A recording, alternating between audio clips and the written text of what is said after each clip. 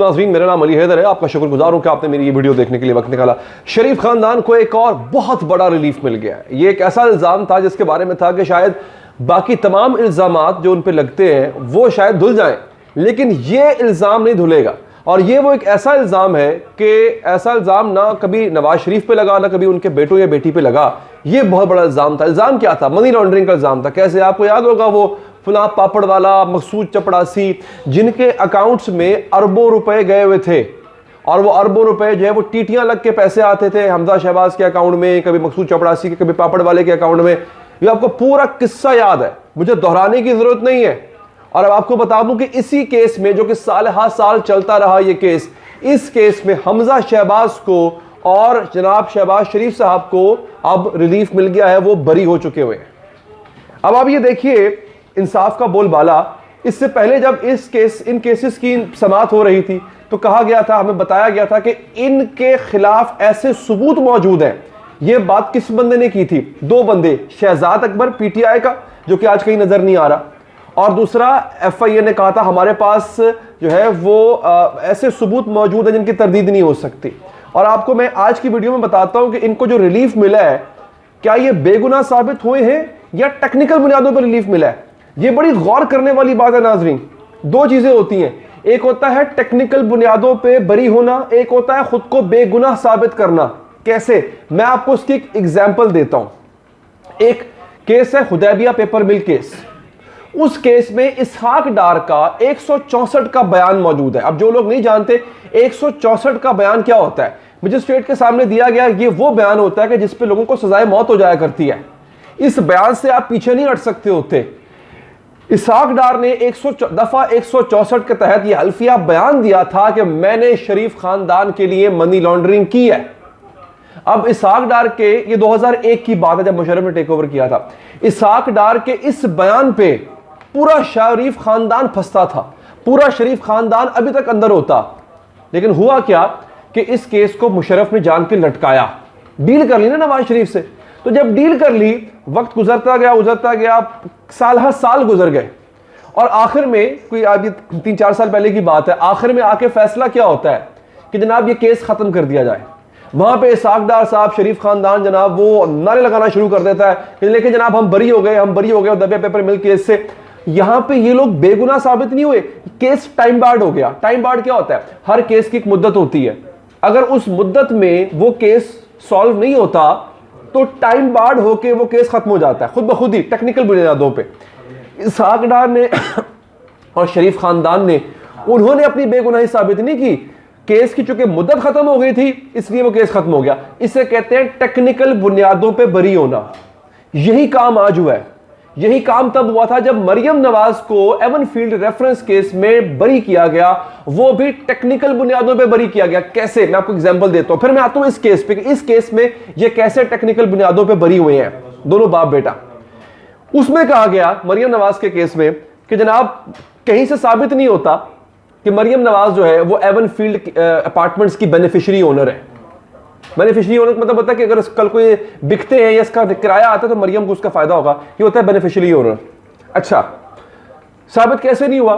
अदालत ने नैब से कहा जनाब कि आपने साबित करना था।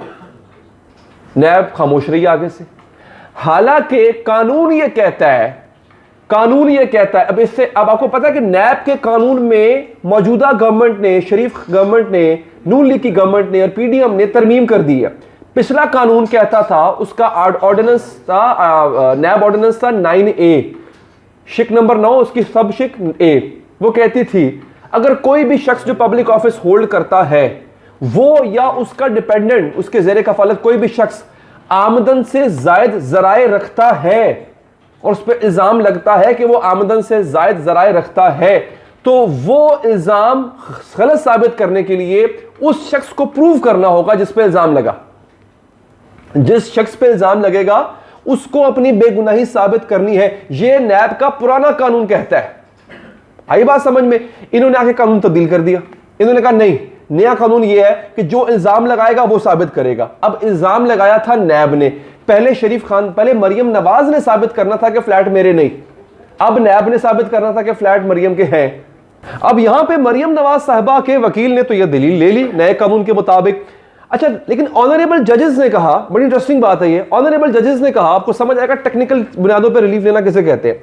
उन्होंने कहा कि हम नए कानून के मुताबिक केस नहीं सुन रहे, हम पुराने कानून के मुताबिक केस सुन रहे हैं, जिसके मुताबिक मुल्जिम पे यह बात आती है कि वो अपना प्रूफ करे। अच्छा, लेकिन अदालत ने यह बात नहीं की, अदालत ने सिर्फ इतना कहा कि हम पुराने कानून के मुताबिक केस सुनेंगे। लेकिन यहां पे नैब ने क्या, नैब का काम बनता था कि नैब कहता जनाब ये है आर्टिकल 9A नैब का, और ये कहता है जनाब कि इन्होंने प्रूव करना है, नैब खामोश रहा वहां पे। तो या तो टेक्निकल बुनियादों पे रिलीफ मिल रहा है, और इसमें हेल्प कौन कर रहा है, ये बहुत बहुत सोचने की बात है। इसमें मदद कर रहे हैं खुद वो इदारे जिनका काम था कि वो प्रोसिक्यूशन अपनी स्ट्रॉन्ग, अपना बड़ा मजबूत केस लेके अदालत में आते हैं, FIA या ये अल्लाह भला करे आपका नैब। अब FIA ने यहां पे क्या किया इस केस में, जिसकी आज भी बात हो रही है, जिसमें जो कि हमजा शहबाज का और शहबाज शरीफ साहब का केस है, मनी लॉन्ड्रिंग वाला। इसमें ये होता है, FIA ने पहले कहा था, जब ये केस बना था, जब शहजाद अकबर के टाइप के टाइम पे, FIA ने कहा था कि जनाब हमारे पास नाकाबिले तरदीद सबूत मौजूद है कि मकसूद पापड़वाला और फलां चपड़ासी और फलां ये, उसके अकाउंट में जो पैसे गए हैं उस अकाउंट को हमजा शहबाज, सुलेमान शहबाज ये ऑपरेट करते थे, इसमें पैसे भी ये डलवाते थे, निकलवाते भी ये थे। अब समझ आ गई आप, FIA ने कहा था हमारे पास सबूत मौजूद है।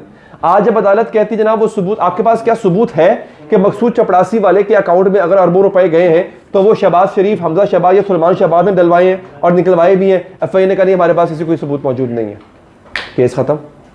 अब मुझे बताया ना अदालत का क्या कसूर है इसमें, कसूर है इन इदारों का। इन इदारों के ऊपर कौन बैठ गया आके, खुद बैठ गया आके। यही बात तो इमरान खान करता है भाई, कि जब जिन पे केसेस हैं अगर वो इदारों के सरबराह बन के बैठ जाएंगे, आज FIA किसके अंडर है, इन्हीं के अंडर है ना भाई, तो क्या वो उसके खिलाफ जो उनका हुक्मरान है उसके खिलाफ केस मजबूत बनाएंगे? कभी भी नहीं बनाएंगे। और फिर आप देख लें आपके सामने हुआ इस खास इस केस, आपको पता है इस केस के, ये जो मनी लॉन्ड्रिंग वाला केस है जिसमें आज बरीयत मिली है, इसमें 4 गवाहान थे जो बड़े इंपॉर्टेंट थे, बशमूल मकसूद चपड़ासी फौत हो गए, चारों के चारों को दिल का दौरा पड़ गया। 2 प्रोसिक्यूटर नैब के, सॉरी FIA के 2 प्रोसिक्यूटर्स, डायरेक्टर्स, अफसर यानी FIA के अफसरान जो इस केस को फॉलो कर रहे थे, 2 फौत हो गए, मर गए, दोनों हार्ट अटैक से। अब आप मुझे बताएं पीछे बचता क्या है? पीछे बरी होना ही बचता है मेरे भाई। अगर आप इस तरह की मजीद अपडेट्स हासिल करना चाहते हैं, पेज को फॉलो करें, चैनल को सब्सक्राइब करें। मुझे दीजिए इजाजत, अल्लाह ने के बाद।